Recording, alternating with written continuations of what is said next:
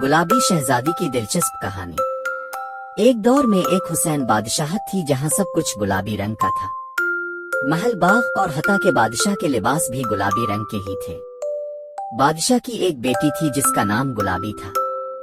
जी हाँ, इसका नाम भी गुलाबी था क्योंकि वो गुलाबी रंग की बहुत शायद थी। गुलाबी शहजादी बहुत ही खुश मिजाज और दिलचस्प थी। वो हर वक्त मुस्कुराती रहती और अपने इर्द गिर्द के लोगों को खुश रखती। लेकिन इसे एक चीज की बहुत ख्वाहिश थी और वो थी दुनिया के दूसरे रंग देखना। एक दिन गुलाबी शहजादी ने अपने वालिद से कहा, अब्बा, मैं दुनिया के दूसरे रंग देखना चाहती हूँ। क्या मैं महल से बाहर जा सकती हूँ? बादशाह ने अपनी बेटी की ख्वाहिश पूरी करने का फैसला किया। इसने अपनी बेटी के लिए एक खास गाड़ी तैयार करवाई जिसमें हर तरह के रंगों के पत्थर लगे हुए थे। गुलाबी शहजादी बहुत खुश हुई और गाड़ी में बैठकर महल से बाहर निकल गई।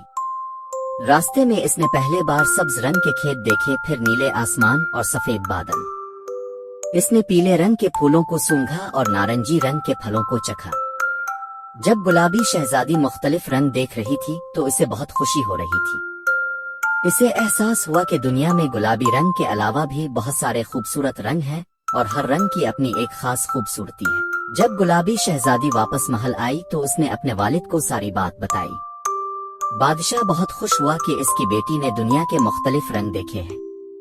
इसके बाद से गुलाबी शहजादी ने अपने महल को मुख्तलिफ रंगों से सजाया। इसने गुलाबी रंग के साथ साथ दीगर रंगों को भी पसंद करना शुरू कर दिया।